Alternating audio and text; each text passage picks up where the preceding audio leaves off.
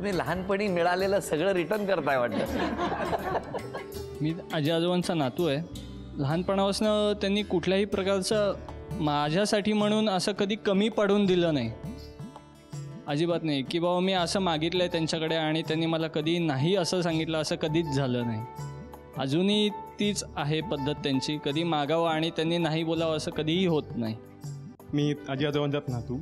मग असं सांगायचं होतं की आम्हाला जेव्हा जेव्हा मी तरुण पिढीला जेव्हा काही कुठला प्रॉब्लेम येतो किंवा कुठल्या संकटात सापडतो तेव्हा आम्ही ह्यांच्याकडे पहिले धाव घेतो, कारण त्यांच्याकडे आत्तापर्यंतचा एक्सपिरियन्सचा एक प्रकारचा साठा जमलेला असतो, त्यातून ते आम्हाला बरोबर सोल्युशन काढून देतात. मग माझं सांगायचं असं म्हणणं आहे की ते दोघं आमच्या प्रॉब्लेम्सचं सोल्युशन करता इन्सायक्लोपीडिया आहे. नाही पण किती वेळा जावं लागलं तुला आत्तापर्यंत बऱ्याच वेळा जावं लागेल. संकटात? जेव्हा जेव्हा प्रॉब्लेम होतो तेव्हा तेव्हा मी त्यांच्याकडे पहिले धाव घेतो. हो का? मी आजी आजोबांची नात आहे. म्हणजे आता काही झालं, म्हणजे माझं काही चांगलं झालं किंवा कुठल्या परीक्षेचा रिझल्ट आला तर ते नेहमी फोन करून मला पहिले अभिनंदन करणार.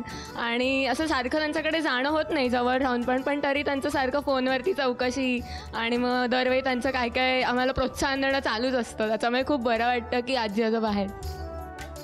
हे माझे मामा लागतात आणि मी त्यांचा भाचा आहे. तर मला लहानपणापासून त्यांची जास्त ओढ असल्या कारणाने आणि त्यांचा मी अत्यंत लाडका असल्या कारणाने त्यांनी मला लग्न झाल्यानंतर देखील, मी जेव्हा 5-6 वर्षाचा असेल, मला आठवतं अजूनी, ते स्वतः मला त्यांच्या घरी राहायला घेऊन गेले होते. लग्न झाल्यावर? त्यांचं लग्न झाल्यानंतर.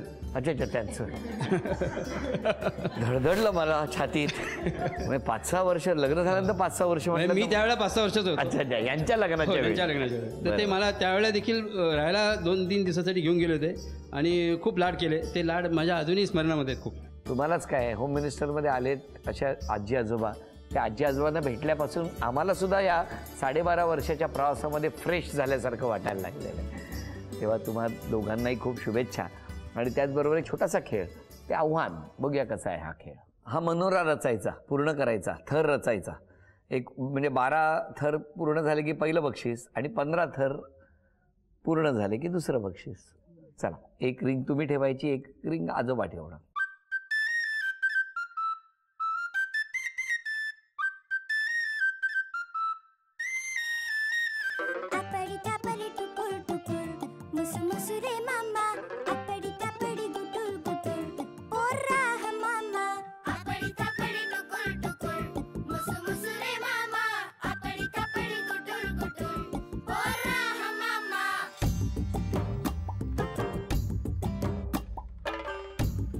बारा 13. चला, पहिलं बक्षीस आता मिळालेलं आहे. आता 2 रिंग राहणं गरजेचं आहे. आजोबा ठेवा. 14.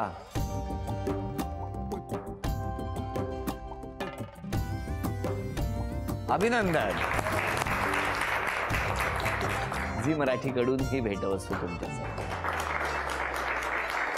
आणि आजोबा, ही तुम्ही द्यायची ना तुमच्याकडून.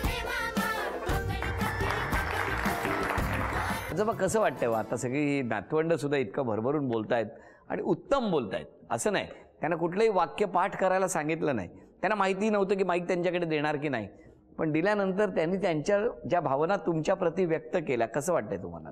फार बरं वाटलं मला ऐकून. हो ना? हो हो. ते माझ्याबद्दल काय आहे ते आज मला कळलं. त्यांच्या मनात काय भावना आहेत त्यांना रिफ्रेशिंग वाटतं. कळलं? म्हणजे आजोबा आणि आजी हे प्रत्येक नातवंडांना हवेहवेशे का वाटतात ते आजी आजोबांशी संवाद साधल्यावर आपल्याला कळतं. एक छोटंसं आव्हान या दोघांना, आणि तो खेळ कसा पूर्ण करणार बघूया.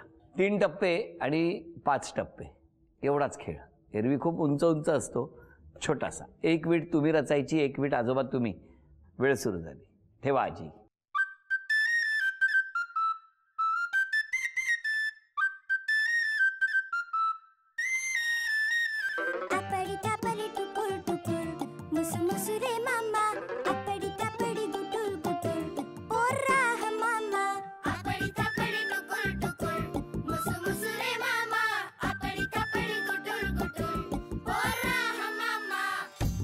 अभिनंदन, पहिलं बक्षीस मिळालं.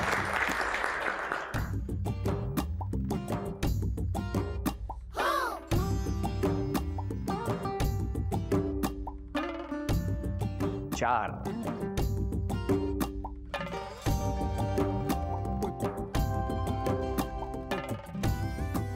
तर ठेवा. अभिनंदन. झी मराठीकडून ही भेटवस्तू तुमच्यासाठी. आजोबा ती तुम्ही द्या आजी. घ्या. अभिनंदन. आजोबा, परदेशात जाताना म्हणजे डोंगरीतल्या छोट्याशा घरात आयुष्य गेलेलं आणि अशा वेळेला परदेशात गेला, कसा होता हो अनुभव? परदेशात गेलं म्हणजे पहिल्यांदा तो मे महिन्याची 15ची तिकीट होती आणि तो एप्रिल महिना होता. हां. आणि मुलाने तिकीट सांगितलं जायचं आहे 15, इथल्या मुंबईच्या मुलाने किरीटने बोलवलं आहे आणि 15 मेची तिकीट आहे. मग सगळ्या जावयांना कळलं, मुलींना कळलं सगळं. तर सगळे जावई आले एका रविवारी. आता हा छब्बा लेंगा बंद करा, आता सफारी शिवा, सूट शिवा. म्हटलं मी हाच माझा ड्रेस, गेली 60 वर्ष आतापर्यंत पण हाच ड्रेस.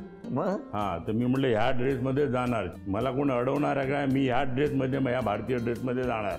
आता 15 मेला जायचं होतं तर जाताना आता झब्बा लेंगा आला. म्हटलं कोल्हापुरी चप्पल घेतली एक वाजणारी गेली. मुलाने एअरपोर्टला बाहेर सोडलं, हॉलमध्ये गेलो आणि ते चप्पल चेकिंगला सर्व सगळे ते हसायचे सगळे. म्हणजे ते चांगलं असं समजायचं. मी स्वतःचा समज करून घेतला, गैरसमज. ते मग थोड्या वेळाने मग विमानात सोडलं आम्हाला. विमानात सोडलं, बसलो. थोड्या वेळाने मी रेस्टरूममध्ये एक अर्ध्या तासाने गेलो. तर रेस्टरूममध्ये गेलो तो बाहेर 2 अमेरिकन जोडपी, 2 माझी वाट बघत होते. मला वाटलं त्यांना रेस्टरूममध्ये जायचं आहे. तर नाही, त्यांनी एक्सक्यूज म्हटलं, आम्हाला हे जे काय वाचताय ते यंत्र बघायचं आहे. आणि माझे चप्पल त्यांनी हातात घेतले, निरकून पाहिले, याला कुठे सेल लावले आहेत का, याला कुठे बॅटरी लावली आहे का.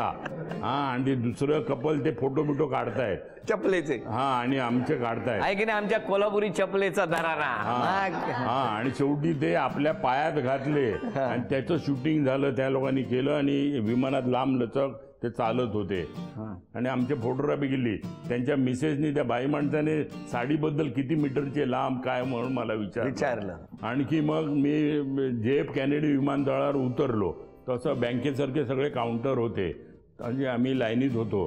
तर इतक्यात एक लेडी ऑफिसर आली, दंडा, वॉकी टॉकी, रिव्हॉल्वर अशी आली आमच्याजवळ. AC हॉल, पात्र जब्बा लेंगा, भिजला, घाबरलो, प्रेशर लो झालं, चिटकला जब्बा माझा. मी घाबरलो, हे काय बोलवते आणि कुठे चालली, फॉलो मी करून मागोमाग घेऊन गेली. मी उगाच घाबरलो. तिने पटापट आपला माझे डॉक्युमेंट मागितले आणि पटापट थप्पा मारला.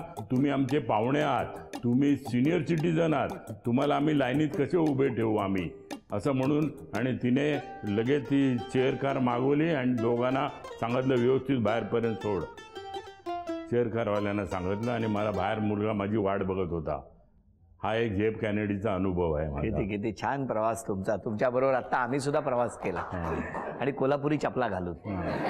किती छान. बरं. आता मला सांगा आजी, आजोबांनी स्वभावात कुठला बदल केला असता तर बरं झालं असतं असं तुम्हाला वाटतं? त्यांना रेडिओ सारखा रेडिओवरतीच ऐकत असतात सारखं, तो जरा कमी करावा. ते का करतात माहिती आहे का आजी? तुला पाहिले मी नदीच्या किनारी रेडिओवर कधी ऐकायला मिळेल यासाठी ते करत असतात. आणि आजीनी स्वभावात कुठला बदल करायला पाहिजे होता? आजीला म्हणजे तिचा जो देवधर्माचा हे आहे त्यामुळे मी आज तिला धन्यवाद देतो. पण आता अति होते आहे, ते जरा कमी करावं. संध्याकाळ 6:30 झालं की TV लागला होम मिनिस्टर, तो 10 वाजेपर्यंत. अगदी सून जेवण बनवते आहे आणि जेवण वाढते आहे, यांचं आपलं 10 वाजेपर्यंत आहे, ते जरा कमी करावं. TV आजी बिलकुल नाही TV बघायचा, कळलं का? मला विचारायचंय, अजूनही कुठली म्हणजे वेळ मिळाली, अजूनही संधी मिळाली तर कुठली गोष्ट करायला आवडेल? आता तर काहीच राहिलं नाही, सगळं पूर्ण झालेलं आहे. समाधानी आहे सगळ्या गोष्टी. बस झालं. काश्मीर ते कन्याकुमारी झालेलं आहे, अमेरिका झालेला आहे, तृप्त आहे. मला टुरिंग जॉब होता, तेव्हा दादरला मी आलो की त्यांना भेटायला जातो, मावशीला हिला भेटायला जाणं हा उद्देश नव्हता ना. पण ह्या म्हणतात ह्यांना भेटायला जायचं. जे होत्या त्या असायच्या, मी कुठेही असलो तरी केव्हा तरी यायच्या. पण त्या म्हणतात की तुम्ही त्यांना भेटायला जायचं. नाही, ते त्यांचा गैरसमज आहे, तो असंच राहू द्या.